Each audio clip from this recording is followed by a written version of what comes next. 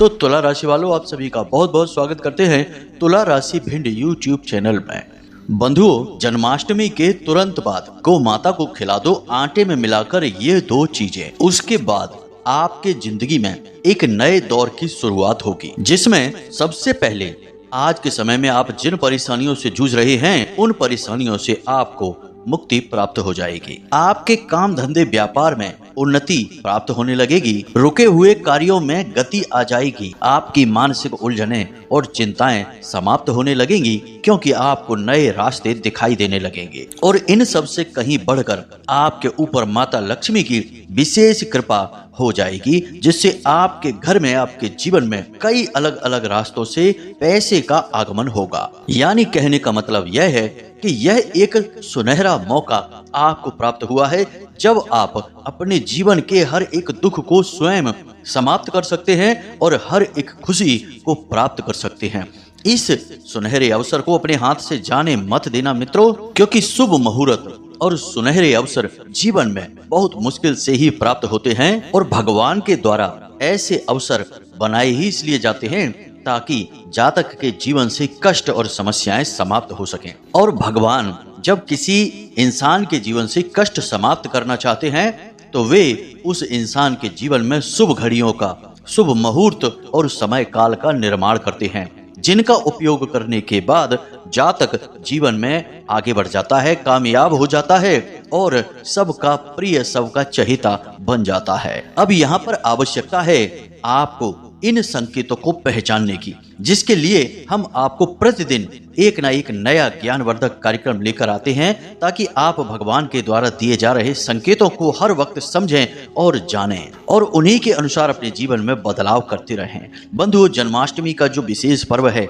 यह भगवान श्री कृष्ण की इस धरा भूमि पर अवतरित होने का समय है।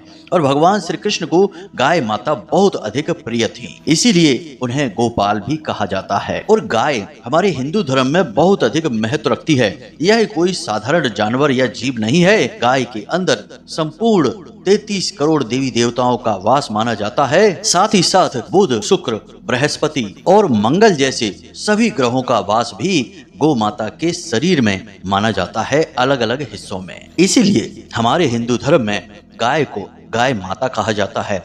शास्त्रों की माने तो गाय यानी कि हमारी जो धरती माता है, वे भी जब त्रस्त होती हैं और जब किसी जीव का रूप धारण करती हैं तो वह रूप गाय माता का ही होता है। यानी कि धरती माँ भी गाय का रूप ही धारण करके देवताओं के लोक में जाकर उनसे मदद मांगती हैं। तो अब आप यहीं से अंदाजा लगा सकते हैं कि गाय का कितना अधिक महत्व है। तो अब आपको भी गौ माता की इन शक्तियों का पूरा प्रयोग करना है और जन्माष्टमी के तुरंत बाद बनने वाले इस विशेष मुहूर्त का इतना बेहतर लाभ लेना है कि जीवन के सारे कष्ट एक बार में ही समाप्त हो जाएं। तो अब आपके मन में यह प्रश्न उठ रहा होगा कि आखिर कौन सी हैं वे दो चीजें और कौन सा है वह समय जब गाय को इन चीजों को खिलाना है, इनके नियम, इनकी विधि क्या है। सारी बातें आपको हम आगे वीडियो में बताने जा रहे हैं। कार्यक्रम बेहद ही खास है, क्योंकि यह आपके जीवन के बारे में है। यहाँ हम आपके जीवन की समस्याओं के बारे में बात कर रहे हैं, उनके समाधान के बारे में बात कर रहे हैं, और सबसे बड़ी बात कि देवी देवताओं की कृपा आप तक कैसे पहुँचे, इस विषय को भी आपको समझाने की कोशिश कर रहे हैं। तो अब जब हम आपके लिए इतना दिल से प्रयास कर रहे हैं, तो आपका भी यह कर्तव्य है, आपका भी यह धर्म है कि आप भी इस कार्यक्रम को जरूर देखें, अंत तक देखें और इस कार्यक्रम में बताई गई बातों को समझते हुए अपने जीवन में उतारें। तभी तो आपके जीवन से कष्ट कटेंगे। बंधुओं, प्रयास करने वालों को ही कामयाबियां प्राप्त होती हैं और ऐसे लोग भगवान को बहुत प्रिय होते हैं जो लगातार प्रयास करते रहते हैं। याद रखना बंधुओं कि यह जीवन तो एक यात्रा है और यात्रा का मतलब होता है हर वक्त चलते रहना। जो व्यक्ति प्रयास कर रहे हैं वही तो जीवंत है और वही तो चल रहे हैं। तो उम्मीद करते हैं बंधुओं कि आप हमारी भावनाओं को समझ रहे हैं और इस कार्यक्रम को अंत तक अवश्य देखेंगे, ताकि आपके जीवन में बदलाव आए, आपको खुशियां प्राप्त हो।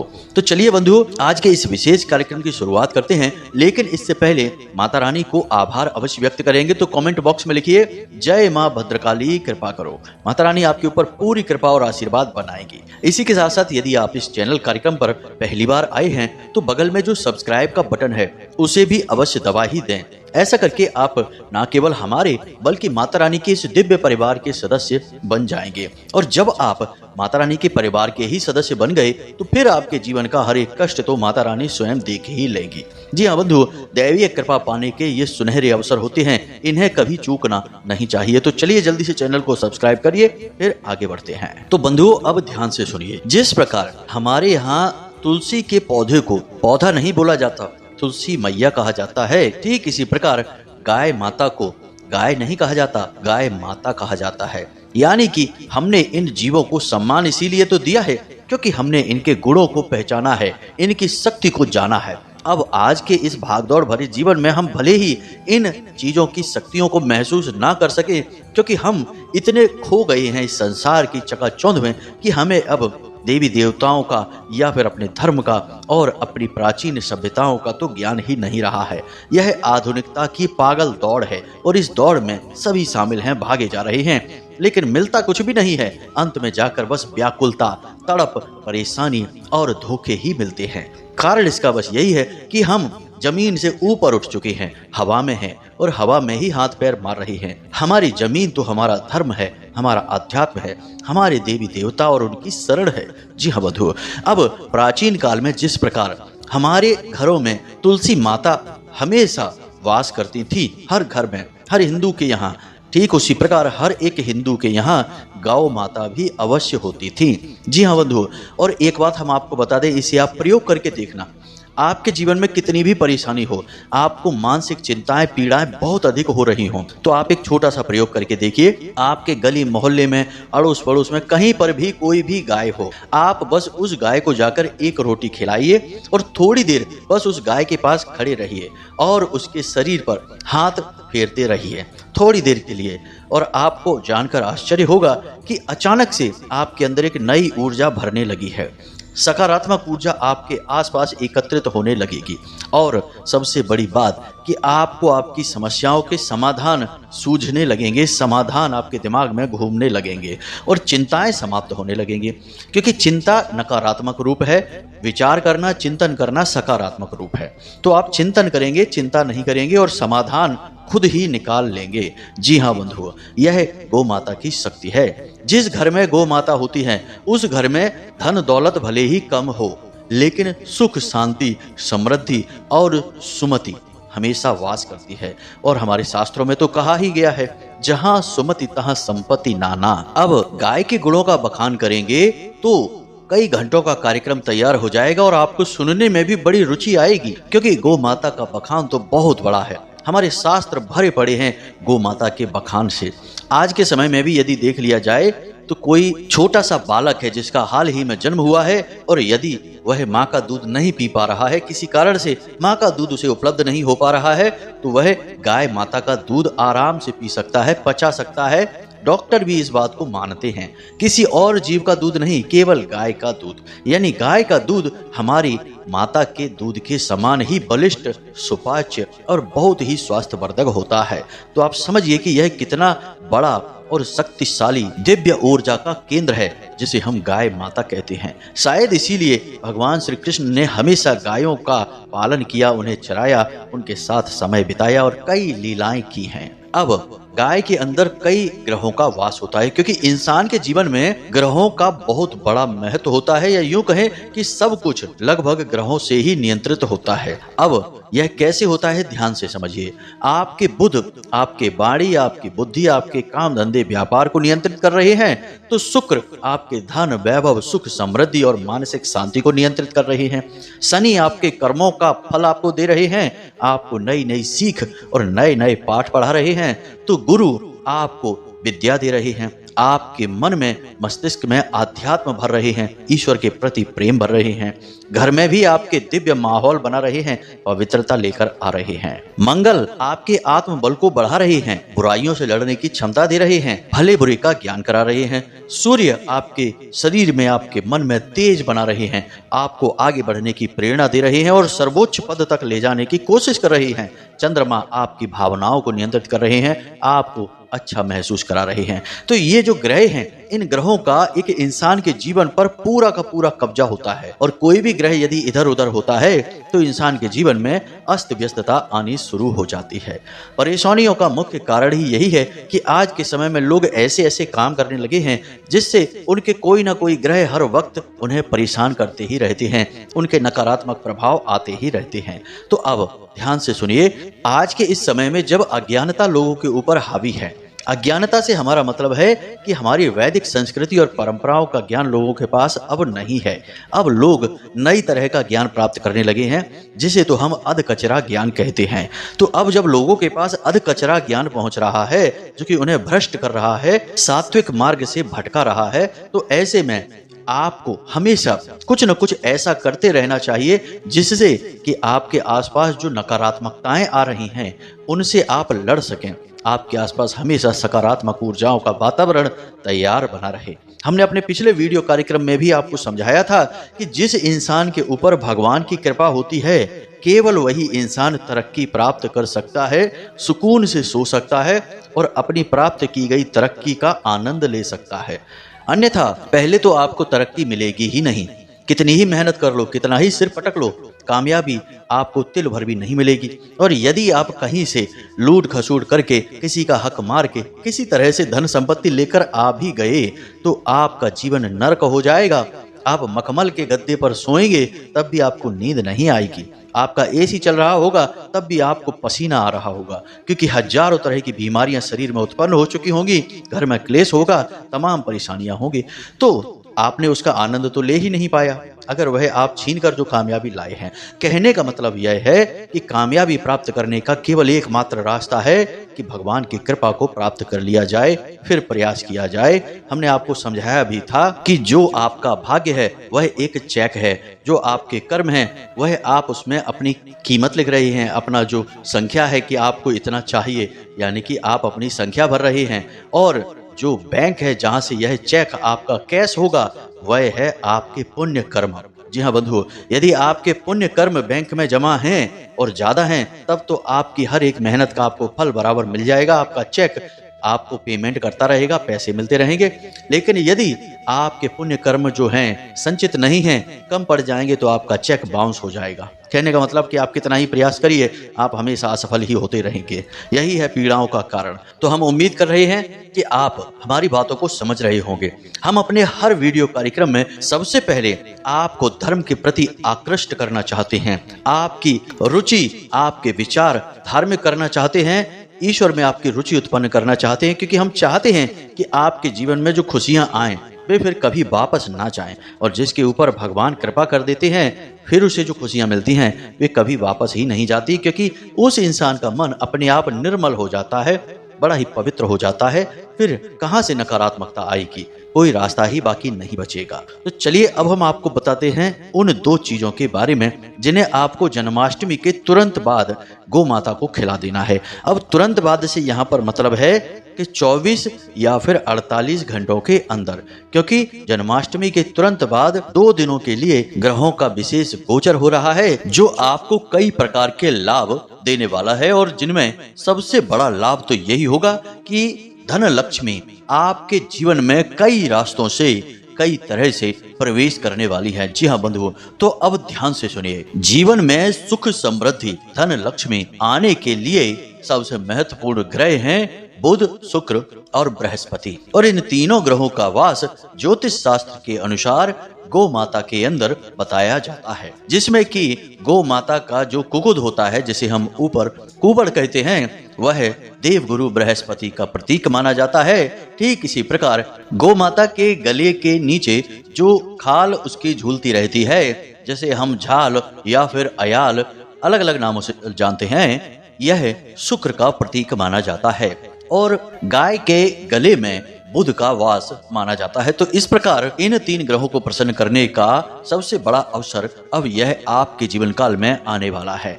तो अब ध्यान से सुनिए कि आपको क्या खिलाना है और यह प्रक्रिया किस प्रकार से पूर्ण होगी, इसका पूर्ण लाभ प्राप्त हो सके। तो सबसे पहले आपको आटे की एक रोटी बनानी है। अब गेहूं के आटे की आप जो रोटी बनाएंगे वह शुक्र का प्रतीक है। तो आपको एक मोटी सी गोल रोटी बनानी है और उसके ऊपर आपको बीचों बीच एक स्वास्तिक हल्दी से बनाना है। अब यह हल्दी का स्वास्तिक माता लक्ष्मी का प्रतीक है और देवगुरु बृहस्पति का भी प्रतीक है। अब इस हल्दी के स्वास्तिक के बीचों बीच आपको थोड़ी सी शक्कर रख देनी है। जी हाँ बंधु, सफेद रंग का कोई भी मीठा पदार्थ आप रख सकते हैं। सफेद बर्फी रख सकते हैं, बतासे रख सकते हैं, रेवड़ियां रख सकते हैं। यह सफेद रंग का मीठा भी शुक्र का प्रतीक होगा। इसी के साथ साथ थोड़े से काले तिल भी आपको रखने हैं, जो कि आपके पितृ पूर्वजों के सूचक होंगे, क्योंकि गाय के अंदर हमारे पितृ देवता का भी वास माना जाता है। और चूंकि सितंबर के महीने में पितृपक्ष भी आने वाला है, तो यह क्रिया आपको पितृ देवताओं का भी आशीर्वाद अवश्य ही दिलवाएगी। तो आपको थोड़े से काले तिल भी पितृ देवताओं के नाम से रखने हैं। अब आपको इस रोटी को फोल्ड कर देना है और इसे वापस से एक लोई का रूप दे देना है और इस सामग्री को उसके ठीक बीचों बीच दबा देना है। इस प्रकार यह एक आटे का पेड़ा या लोई बन चुकी है, जिसे आपको गाय को खिलाना है। अब जब आप इसे बंद कर दें तो उसके बाद थोड़ी सी हल्दी इसके ऊपर लगाकर दबा दें। अब यह तैयार हो चुकी है एक सामग्री।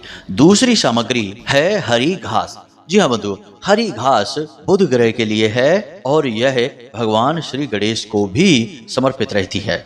तो आपको यह घास भी गाय के लिए कहीं से लेकर आनी है। आप खरीद कर ला सकते हैं या आपके आसपास कहीं ऐसा क्षेत्र है जहां यह घास उगी हो तो आप वहां से ला सकते हैं। अब ध्यान से सुनिए कि आपको यह प्रक्रिया किस प्रकार से करनी है। तो आप शाम के समय यानी सूर्यास्त के बाद गाय को यह भोजन कराएंगे। गाय को यह भोजन कराने के लिए आप उसे अपने दरवाजे पर लेकर आएंगे। याद रखना है कि यह पवित्रता से किया जाने वाला एक विशेष उपाय है और जब आप देवगुरु बृहस्पति से जुड़ी हुई सामग्री उसे खिलाएंगे यानी गाय को, उस समय आपको गुरुदेव का मंत्र मन में जाप करते रहना है। और गुरु का मंत्र क्या है आपको पहले से ही पता है, हमने कई बार आपको पहले भी बताया है, फिर भी एक बार बता देते हैं। मोबाइल की स्क्रीन पर भी आपको यह मंत्र दिखाई दे रहा होगा, ओम ग्राम ग्रीम ग्रौम सह गुरुवे नमः। इस मंत्र को आपको मन ही मन बोलते जाना है। बहुत ही सरल मंत्र है, ओम ग्राम ग्रीम ग्रौम सह गुरुवे नमः। इस मंत्र का जाप करते करते आपको यह आटे की लोई या पेड़ा जो आपने बनाया था यह गाय को खिलाना है। याद रखें कि घर का कोई पुरुष सदस्य ही गाय को यह खिलाएगा। और दूसरा कि जब आप इसे गाय को खिला रहे हो तो आपका मुख दक्षिण दिशा की ओर होना चाहिए। यह पितृ पूर्वजों की दिशा होती है। अब कुछ जरूरी बातें हैं। सबसे पहली बात हमने आपको यह बता दी कि जब आप यह आटे की लोई खिलाएंगे तो आप मन में देवगुरु बृहस्पति का ख्याल रखेंगे और उन्हीं के मंत्र का जाप करते हुए आप इस पेड़े को खिलाएंगे। अब जब आप इस लोई को गाय को खिला देंगे उसके बाद थोड़ी सी हल्दी गाय के खुकुद पर लगाएंगे। जो हमने अभी बताया था कि गाय की पीठ पर जो कुबड़नुमा चीज होती है उसमें थोड़ी सी हल्दी लगा देंगे।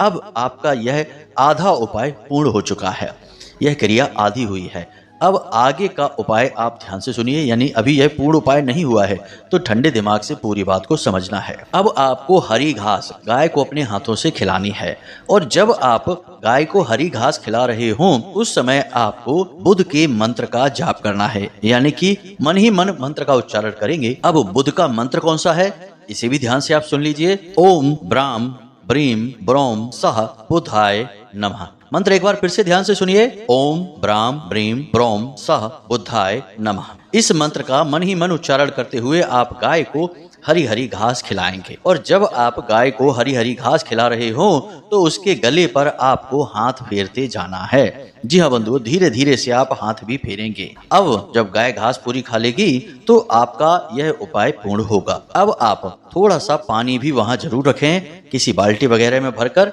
और गाय को पानी पिला दें। पानी चंद्रमा का सूचक है, धन का सूचक है, माता लक्ष्मी का सूचक है। तो जब आप गाय को पानी पिला देंगे तो आपका यह उपाय पूर्ण हो जाएगा। जी हाँ बंधुओं, पूरे भाव के साथ इस उपाय को आप करिए। इस उपाय को करने से आपको स्वयं माता लक्ष्मी आशीर्वाद देंगी, नारायण श्री हरि विष्णु आपसे प्रसन्न हो जाएंगे और जन्माष्टमी के बाद इस उपाय को करने वाले को निश्चित तौर पर हर तरफ से सुख प्राप्त होता है, ईश्वर की कृपा प्राप्त होती है। अब कुछ जरूरी सावधानियां हैं, इन्हें आपको ध्यान से सुन लेना है। अब आप जब इस उपाय को करेंगे तो आपको अपने मन में यह संकल्प लेना है कि गाय को आप इसके बाद कभी भी हानि नहीं पहुंचाएंगे। जैसे कुछ लोगों की आदत होती है, गाय अगर दरवाजे पे आएगी तो वे उसे डंडा लेकर मारने लगते हैं, भगाने लगते हैं। ऐसा नहीं करना है। बड़े भाग्यवान लोग होते हैं वो जिनके दरवाजे पर गौ माता जाती हैं। तो अगर आपके दरवाजे पर आती हैं तो आप उन्हें एक रोटी खिला दीजिए, वे अपने आप चली जाएंगी। दूसरा कि इस उपाय को करते समय गाय का मुख आपको नहीं छूना है। अब कुछ लोगों की आदत होती है कि गाय के पैर छूने का जब नंबर आता है तो पैर छूने के बजाय मुख ही छूने लगते हैं। अब वैसे तो गाय को माता का दर्जा प्राप्त है और बेहद ही पवित्र है, लेकिन इसी गाय को शिव पुराण की एक कथा के अनुसार सीता माता ने श्राप भी दिया था। और श्राप यह है कि जो भी इंसान गाय के मुख को छू लेगा उस इंसान के जीवन में कष्ट और परेशानियां आना शुरू हो जाएंगी। जी हाँ मित्रों, तो आपको गाय का मुख नहीं छूना है, पैर छूने हैं, बस इसे आपको ध्यान रखना है। अब जिन लोगों ने पहली बार गाय के इस श्राप के बारे में सुना होगा तो वो सोचेंगे कि ऐसा कैसे हो सकता है, गाय तो इतना पवित्र है। तो भगवान ने जब यह सृष्टि बनाई तो यहाँ कुछ भी पूर्ण नहीं किया। हर एक चीज, चाहे वह कितनी ही उत्तम क्यों ना हो, सुंदर क्यों ना हो, थोड़ी सी उसमें कज भगवान ने दे ही दी। जैसे चंद्रमा कितना सुंदर होता है पर उसमें भी दाग दे ही दिया। सूर्य कितना तेजवान होता है उसे भी ग्रहण लग ही जाता है। तो ठीक इसी प्रकार गाय बेशक माँ है लेकिन उन्हें भी एक श्राप प्राप्त हो ही गया था। तो इसका आपको विशेष ध्यान रखना है। साथ ही साथ आपको यदि हो सके तो कामधेनु गाय की कोई तस्वीर या मूर्ति अपने घर के नैऋत्य कोण में भी लाकर रख लेनी चाहिए इसी दिन। यदि आपने पहले से लाकर रखी है तो अति उत्तम है, अगर नहीं रखी है तो ले आइए। जब आप इस उपाय को करें उस दिन लेकर आ जाएं और उसे अपने घर के नैऋत्य कोण में रख दें। जमीन पर न रखें, किसी अलमारी में रखें, और जब आप अलमारी में उसे रखें तो नीचे कोई लकड़ी का एक तख्ता, एक फट्टा या कोई एक ऐसी चीज जैसे हम चौकी कहते हैं उसे आप रखें, उसके ऊपर इस कामधेनु गाय को स्थापित करें। जी हाँ बंधु, इसका पूजन करने की कोई आवश्यकता नहीं है, बस इसको स्थापित करें और इसे साफ सुथरा रखें, सफाई करते रहें, इस बात का ध्यान रखें। बस इतने से कार्य आपको करने हैं और फिर देखिए कि कैसे आपके जीवन में धन संपत्ति आकर्षित होती है, आपको हर तरफ से केवल खुशियां ही खुशियां प्राप्त होती हैं। तो बंधुओं, यह तो था आज का विशेष उपाय। अब वैसे तो सारी बातें हमने आपको काफी विस्तार के साथ समझा ही दी हैं, फिर भी यदि कोई प्रश्न आपके मन में उठता है तो आप कमेंट करके पूछ लें या फिर डिस्क्रिप्शन में दिए गए व्हाट्सएप नंबर पर मैसेज करके भी पूछ सकते हैं। समय मिलने पर हम आपके प्रश्न देखेंगे और उनके जवाब हम आपको अवश्य ही देंगे। तो चलिए आज के इस वीडियो को विराम देते हैं। हमेशा हंसते रहिए, मुस्कुराते रहिए, सकारात्मक रहिए। दिन में एक बार मंदिर अवश्य जाइए क्योंकि आपका उद्धार वहीं से होना है। तो प्रेम से बोलिए जय माई की जय, मां भद्रकाली। माता रानी आपका कल्याण करेगी। धन्यवाद।